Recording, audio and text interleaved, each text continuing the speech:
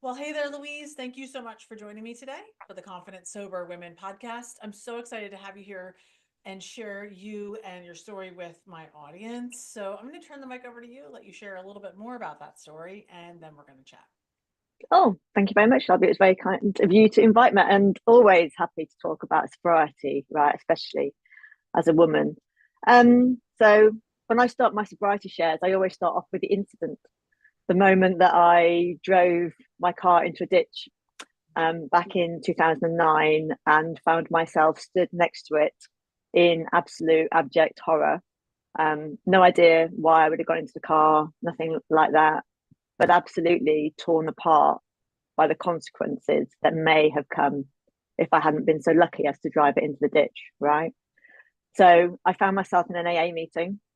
Um, I absolutely wasn't an alcoholic. I was adamant that this was not me, was not my life, was not going to be my thing. And then realized that actually maybe it might be. And slowly began to come to terms with the fact that my problem was a bit more significant, and that actually the idea of a problem kind of exists on a spectrum. And it's that point of beginning my journey on spectrums that kind of then lives with me in sobriety. You know, the idea that actually it's never really black and white, 0 to 1. It's all about the in betweens. And I really started to kind of sit with the program, sit with people, sit with myself.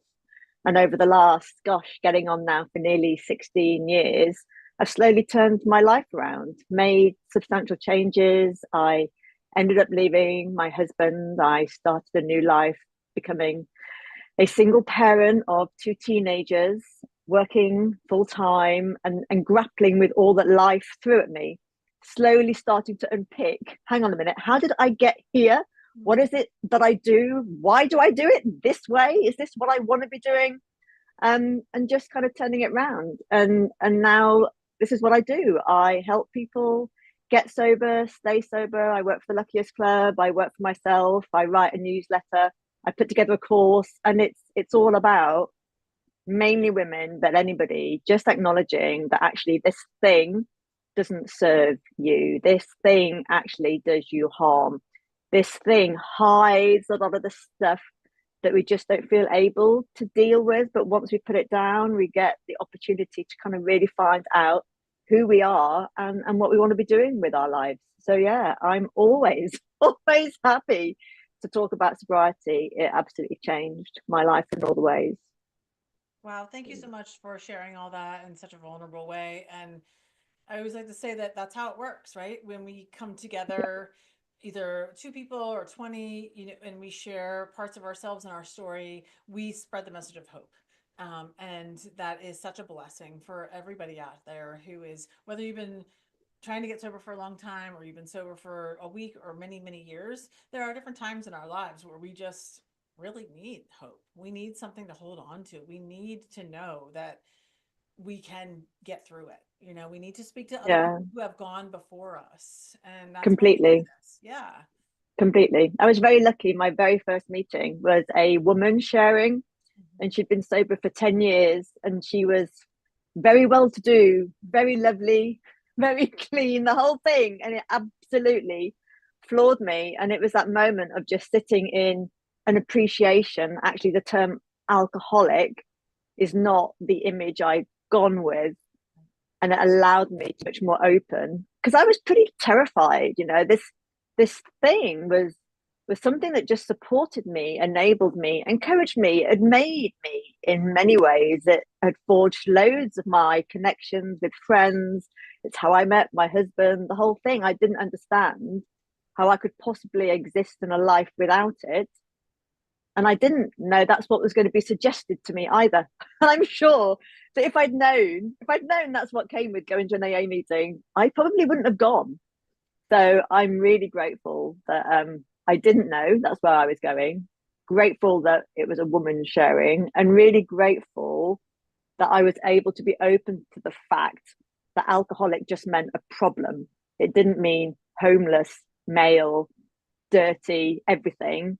It was a problem. And I sat in that problem and went, well, actually, this is where I am. And these people I can talk to. The whole thing about being in community and seeing others, even though at first I looked at what they were doing and I was like, I don't want what you have.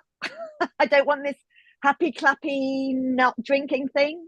Actually, I began to realize that I didn't want where I was, and that these were the only people really offering me an alternative.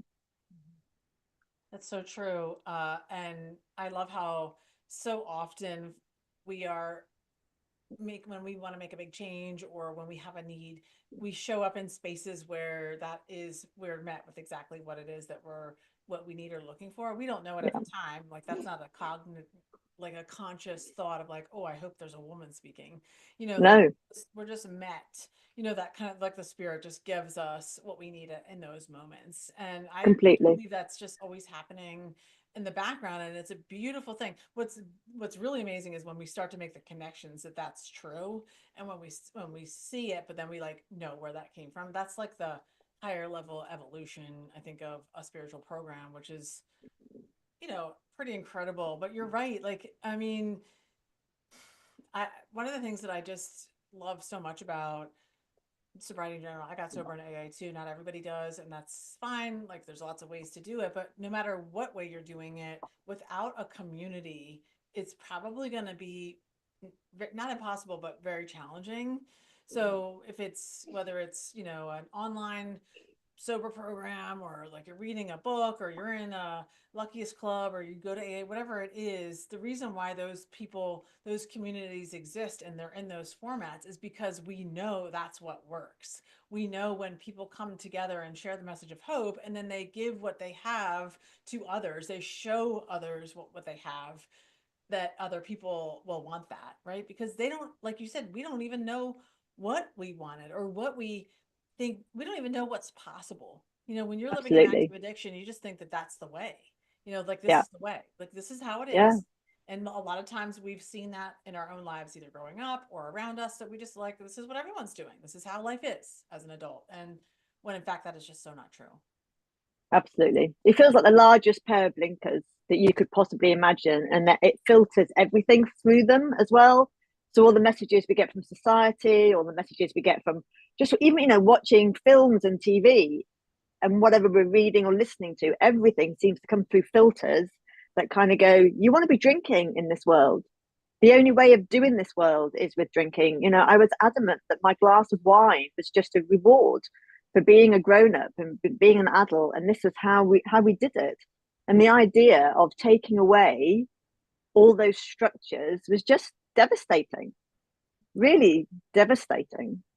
Well, it is devastating and it's also really painful. One of the reasons why we drink, although again, not at the conscious level, is because of pain, because most of life is very uncomfortable. And I think one of the great misnomers of our modern society is that there are other people or places or spaces where it's not true, where that's not true. And I Yeah, just don't think there are. Most of life is very uncomfortable. And so the deal is to be an evolved human adult, you have to get really comfortable with being uncomfortable for a lot of your life. Now, that doesn't mean there isn't joy and wonderful moments and these golden like times, but they're usually fleeting. They don't last super long. And a lot of it is really uncomfortable. And so those absolutely. feelings of discomfort is why we drink and use, because we don't want to have that. Nobody really wants that. And No. so then we come to whatever we come to, whether we use Quit Lit or a web program or AA, and we get sober and we make this decision every single day that we're gonna stay sober and we want to be sober more than we want to be drunk. And then over time we build up time and we start to change and we realize like, oh, okay, I actually can live. Like I can survive. It might be really uncomfortable. For the first year is just usually not that great, right? There's a lot of things Yeah, going on. But then you start to realize like, oh, okay, like I'm still here. Like I'm alive. I could go to work. I can go to wake up. I can take care of my kids, whatever is happening in your life. Now, that doesn't mean that's devoid of problems. Usually we do create quite a bit of problems in our active addiction, but we get to like make those changes. And after some period of time, I usually think it's after that first year where we have a great awakening, where there's this big clarity, like our brains come online again and we're like, oh wow, like I want more. Like I want to grow. I want to do more step work, or I want to do therapy, or I want to do this. Like we start to really crave like more development and change. I don't know if you had that experience. Oh, absolutely. Yeah, that whole point of I didn't get sober just to be in this. Actually, if I'm going to be sober, there's going to be so much more that I can do. There's so many different ways that I can be. And actually, what are those going to be? And being open then, rather than kind of being, there'd been this closed path to me that this is how the future plays out. This is the way you do your job. This is the way you do your marriage. This is the way you do your parenting. This is the way you are as a person. And then suddenly putting down alcohol and realizing that actually, if I'm not drinking with these, then how do I do these things?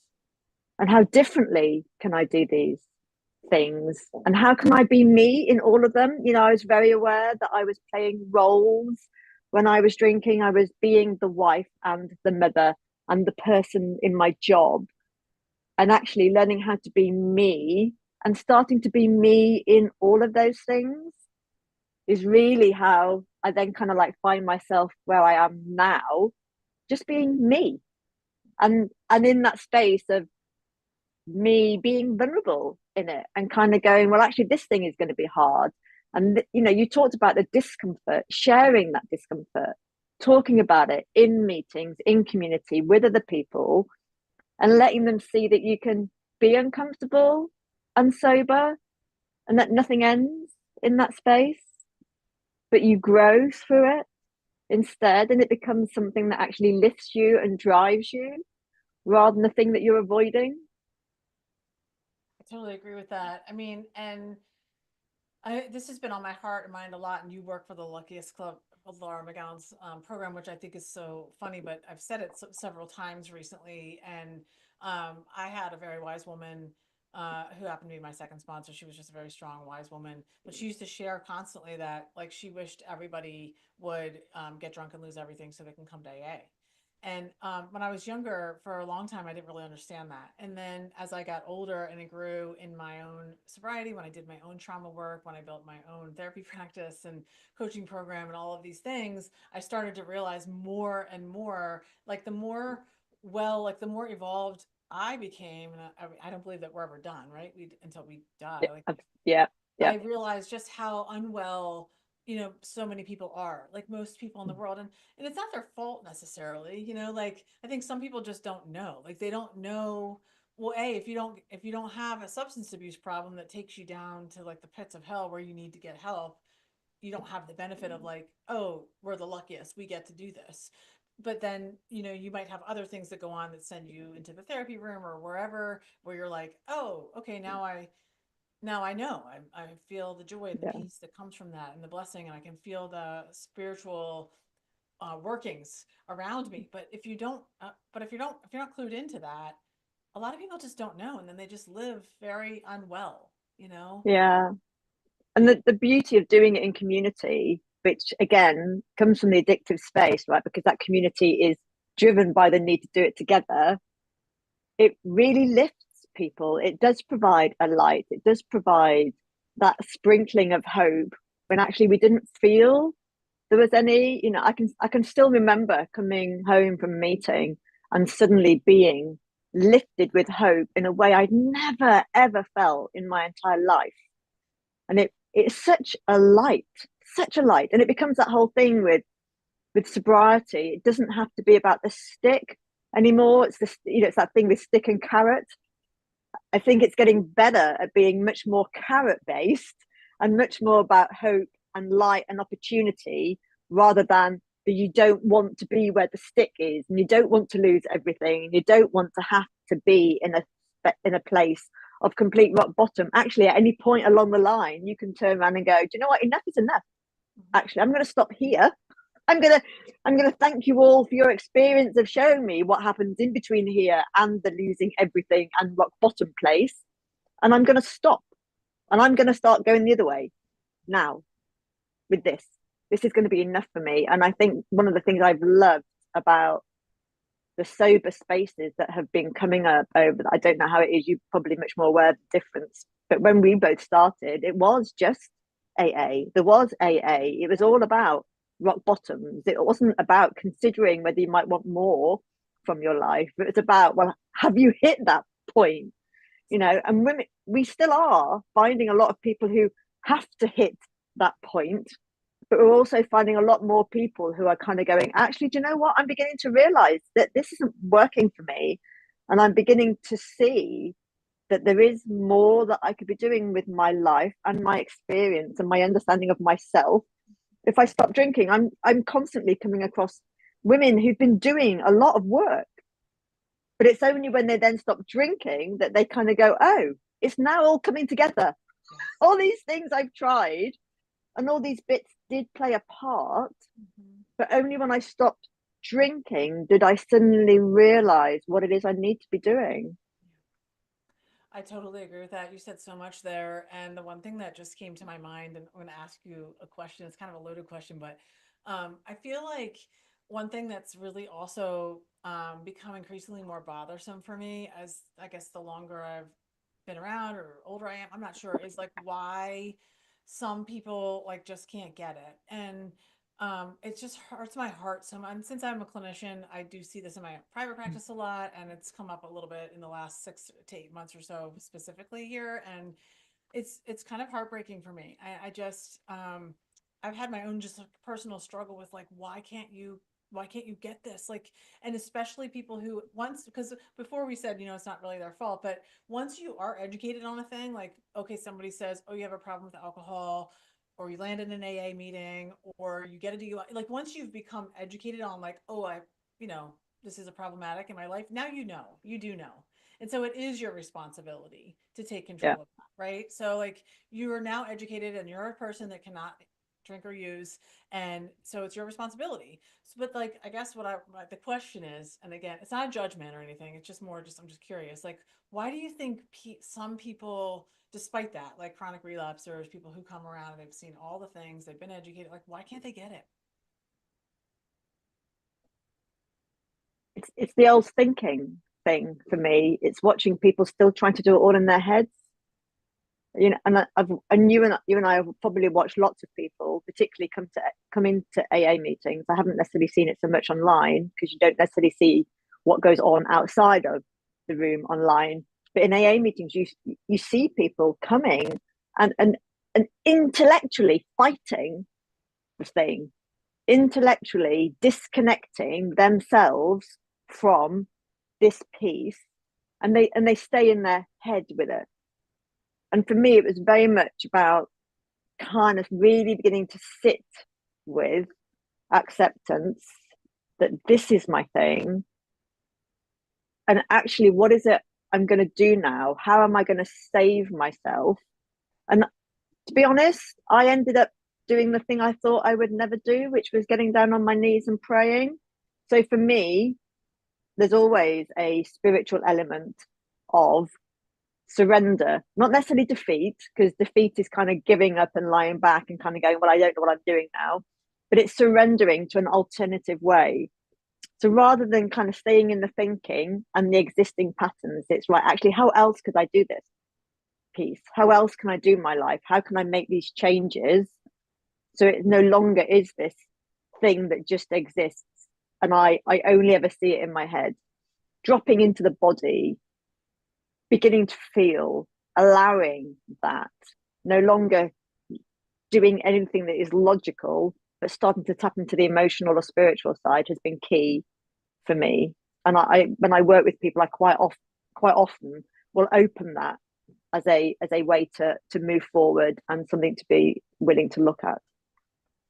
I agree, and I think it is a spiritual lack, right? There's like you're right, we try to intellectualize, we try to rationalize, we try to use our own will, Yeah, we try to use ourselves. And I'm not saying we're not smart. Most of us are very smart, and most of us are very well resourced. We have a lot of good things about us, but there are some things that we just can't overcome by ourselves, like you're saying. And so we try to do that or use our own will, and then continuously and repeatedly it doesn't work. But I just I just sometimes I just want to be like, ah. Anyway, so you mentioned like you help people to see that and to start to put that into your life. I would love to hear like how you do that. Like, what does that look like for you, for people who are maybe in that space where they don't have a regular spiritual program? Maybe they were either raised with something that they don't agree with anymore, or gave them some spiritual trauma, or maybe they've just never had it. How do you start to insert this in their life? So as always, and with everything that is sobriety, it begins with the sharing of my own experience, right? So when I first went to AA and I was like, there's a program, but I'm not doing that. You have to talk to women. Well, I'm not doing that. Most of the women I know can't drink anyway. And then it was this God. I was like, right, certainly not going there. I would have described myself as a devout atheist when I first turned up in the rooms, absolutely adamant that that was not going to happen. Stopped drinking, struggled. The whole thing was a nightmare. It was like getting up in the middle of a roller coaster every morning, strapped in, going through the day, desperate to get back to bed without a drink, crawling back to bed at the end of the day, and notching up another day on what felt like a prison wall. And it went on. I don't really know how much. I didn't keep a diary or anything at the time. But there was one night where I was suddenly up alone. My husband had gone to bed, and there was half a bottle of wine out in the kitchen. And it sang to me. I mean, really sang. It pulled every single part of my being over towards it. Louise, just come over here, have a sniff, it will take the edge off. You're having a hard time, tough time. Come here, my love. Come here, my love. Let me help. Let me help. And as I found myself leaning into it, I suddenly saw at the bottom of that bottle a dirty, slimy, smelly creature, all whiny and nasty, a bit like Gollum out of Lord of the Rings, going, "Come here, my pretty." And I just kind of like jumped back in absolute horror, because I knew if I drank, that's where I was going. And I texted somebody. You know how people give you their phone number and you're like, "Don't give me your phone number. I'm not going to use your phone number. Why would I use your phone number?" This woman, Sam, had given me her phone number. I'd like, kind of, okay, Sam, I nearly drank. What do I do? And she said, "Louise, you need to pray." And I said, "No, I'm serious. I'm serious. I nearly drank. What do I do?" And she just texted me back in capital letters, "Get down on your knees and say the serenity prayer." And I didn't know what else to do, right? And it's that whole point, Shelby, of just, I was frozen in my own thinking, frozen in my inability to have any kind of control over this thing, because I had no control over it. And I finally really saw that. And I can still remember my first getting down on my knees in my room, sat looking at the wall, going, well, there's lots of swear words that would come with my usual share of this. "I don't believe in you, but I'm terrified, and you need to turn up because this is going to kill me, and I don't want to die." And I said the serenity prayer out loud. I got up and I got into bed. And the next morning I got up and I wasn't on the roller coaster anymore. It was slower. It was still. I got back down on my knees. I had the same conversation. Look, I really want to get this. I'm being told I need to pray to you. I absolutely don't believe in you, but if you start turning up, I will start to believe in you. Here's the deal. And God started to turn up. The difficult things that had been kind of feeling like they were coming like some kind of train crash in all directions, they just suddenly all stopped, just that little bit away from me. And I kind of got to deal with them all very slowly. There was a new person at work, and he got a new job. There was a bill that needed paying. A check came. I needed to talk to somebody about something. They turned up. Little by little, all those things started to change. And I started to kind of go, well, maybe there's something in this. And I had the conversation with myself. What is it that's stopping me from believing? How about I put that down? How about I look at my head and I say, right, head, hang on a minute. I want to be open to this. I want to understand more about what history is stopping me from thinking that prayer going to help, and how can I start doing more of that. So it's understanding that mindset piece and acknowledging that religion is the issue rather than a spiritual being. If I can put religion down, what might come? What would I want from a God of my understanding? How would I want my God to behave? How would I want my God to support me? I expect my God to be a loving, generous, compassionate God. who doesn't hold my mistakes against me. When I sit and learn how to accept myself, it's so much easier to do that when I accept that I've been chosen to be me as I am, rather than been here to be somebody else. So just starting to kind of practice those conversations. What does open and willing look like if I'm going to be open and willing? And how can I create a space? And once we create a space, like my God turned up, it's amazing how many times that happens for people. It's amazing how many times people come back to me and go, okay, so this really bizarre thing happened, and we both sit there and shrug our shoulders and go, well, of course it did. Of course it did. Because you became willing to see it and willing to allow it and then willing to accept it. Right. So the being worthy of, I'm going to be worthy of my God's love. I'm going to be worthy of attracting better things. I'm going to be worthy of being able to deal with some of the stuff that's going. I'm going to learn how to ask for help from this God that I may not necessarily believe in. All the practices that we use to get sober, allowing it to then build into the rest of our lives and support and hold and embrace in that. Every single decision I've made since I've got sober has involved sitting with my God and kind of going, right, what am I going to do here then? And inviting signs and getting the signs, leaving my husband, leaving my job, all those really huge life choices, much like, okay, God, am I really giving up alcohol? Yes, you are. Here's why. Here are the people that you need to hear. Here are the stories you need to hear to tell you why you need to give up. And here are the people who are going to help you. That's how it started. And then it kind of just ballooned into everything I do. And yeah, I wouldn't be without it. And I had to get to that point of being absolutely emotionally broken and unable to see how I could do anything else before I kind of surrendered and went, okay, show me how. Yeah, I think that that word surrender is so powerful, and it's not something that most of us really want to embrace, right? We want, like I said before, we want to use our own will. We want to be in charge of ourselves. And as much as we are in many ways, we do have free will.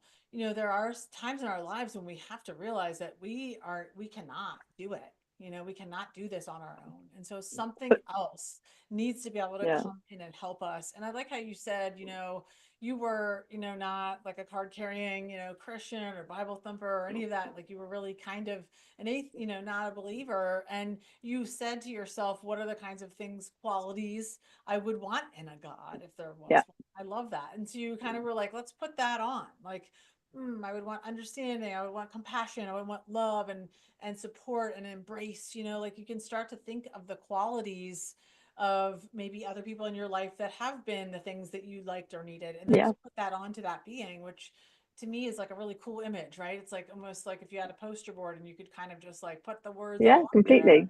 and then just use that as this um conception of this, this higher power, this being outside of yourself. Because Yeah, really, one of the things, the sad fact of adulting, honestly, is like, you know we no one's gonna come and say, we have to do it ourselves, right? Like yeah, it's between us and our God, to like do anything to make ourselves happy, to get things done.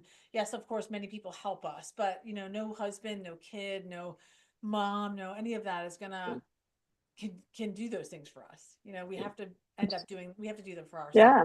with the And it's when you, support with the yeah, support and of a when you, God, because otherwise, because yeah, people disappoint, right? Humans disappoint everyone, your mom, your husband, your kids, your employer, they all will disappoint you at some point. And if that is true, if humans disappoint is true, then that means eventually you'll get to the bottom where you're the only thing left. And then what happens when you disappoint yourself? Where do you go then? and that, and that point around free will as well, right? That whole thing about being sat in sobriety meetings going, well, when I've done it my way, this is where we got to, right? Everything that I've ever done my way needed alcohol or was fueled by alcohol, had that relationship with alcohol. If I'm going to do it in a way that doesn't lead to alcohol, then I can't do it my way. anymore. I need to find a new way. And and where do you go for a new way other than, okay, well, let's see what comes when I go, God, I'm giving you the chance to turn up, ship up, and show me how to do this. And the evidence throughout my life has been overwhelming since I got to that point. And it just it just blows me away that the things I found in that, those early days in AA when I said, but I don't think I'm going to get drinking because I'm not really an alcoholic. I'm not going to talk to women because I don't really trust them. And then I'm not going to pray. And the three things that saved my life were stopping drinking, talking to women, learning how to love women because I am one, and I was avoiding loving myself by avoiding other women, and then praying to God of my understanding. And those are the fundamental points that I live with now, is learning to be me. I needed to put down alcohol, and I needed God to support me. And doing all those things together is how I do it all now. I wouldn't be here doing this with you. I wouldn't be at the Luckiest Club. I wouldn't have left my husband. All these things that just wouldn't have happened if I hadn't kind of gone, okay, God, help me and help me find what's right for me to stay sober.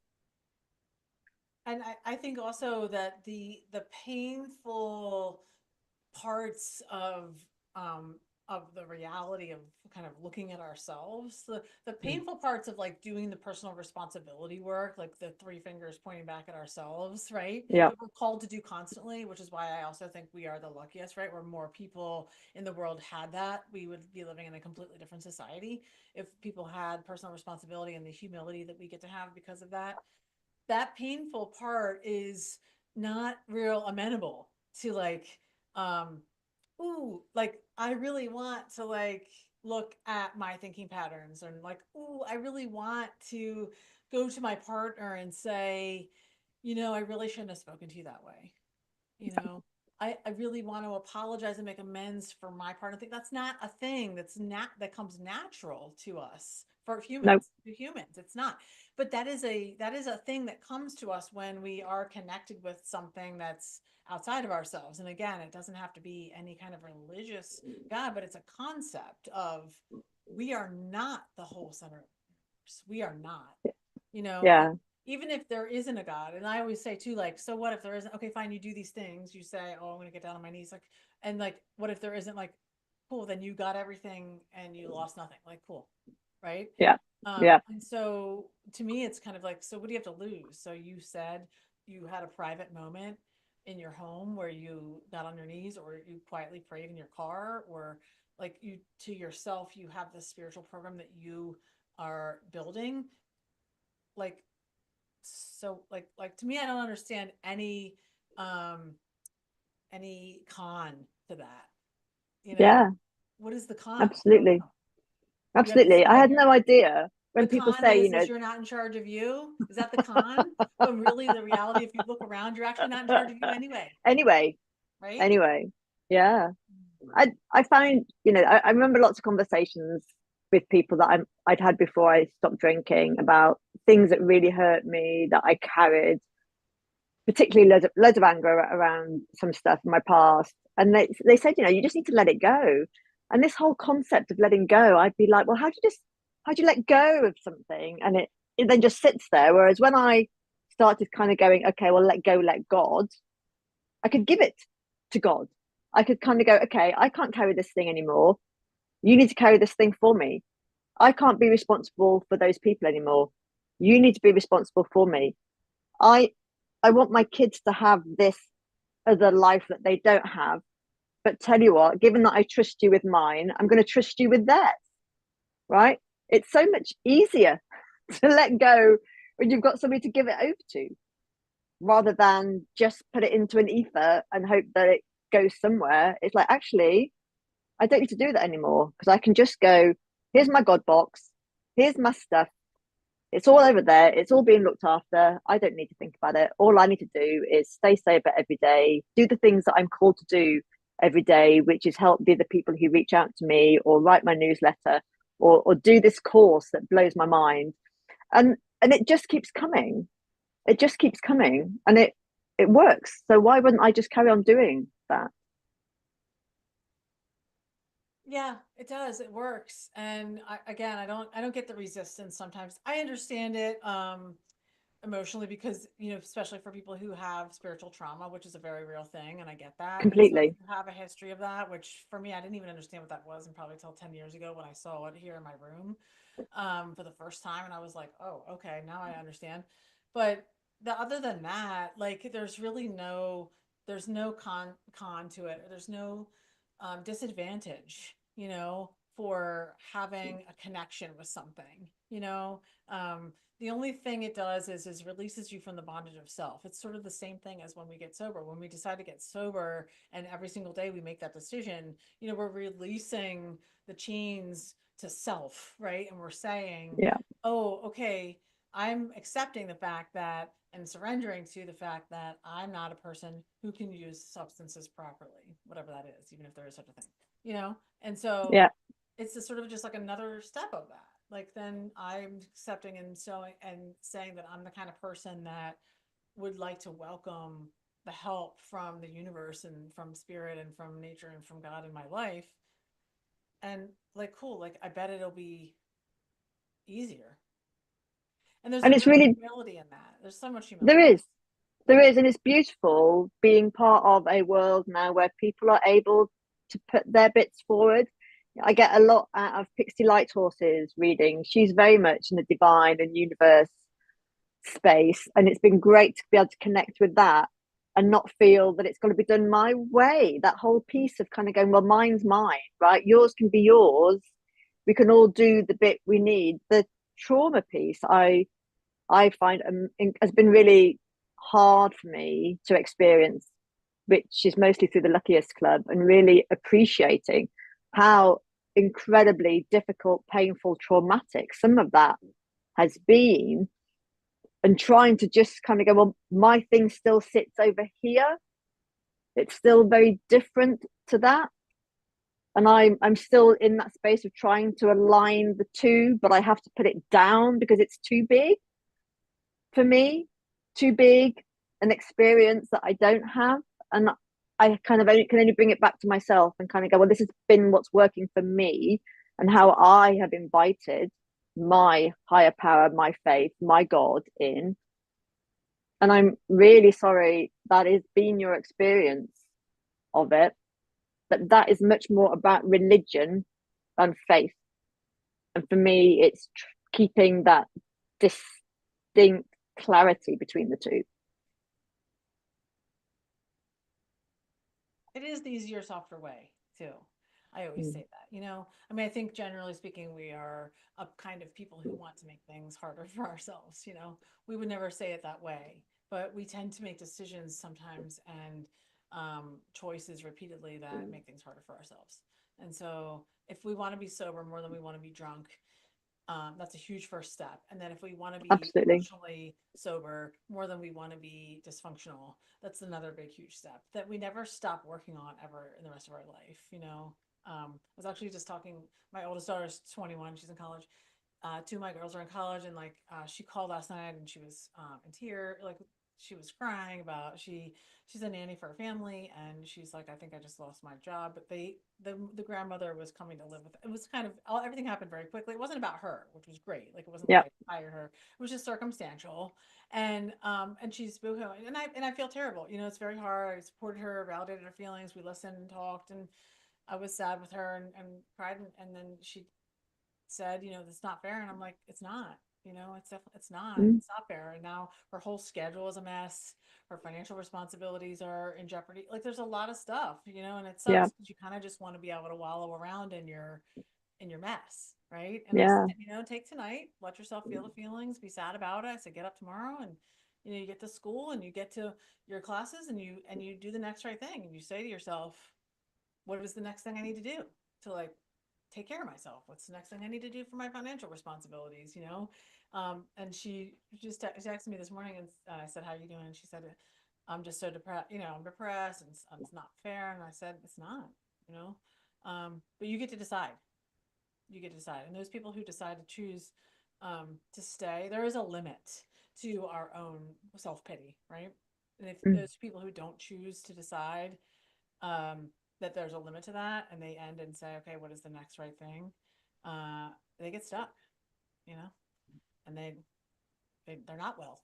So Yeah. the blessing is it's up to us every single day. We get to decide that. So thank you so much, Louise, for your time and for this incredible conversation. I feel like it could go on forever. I really appreciate you and your work. And where do you like people to kind of connect with you if they want to reach out? Where can they find you?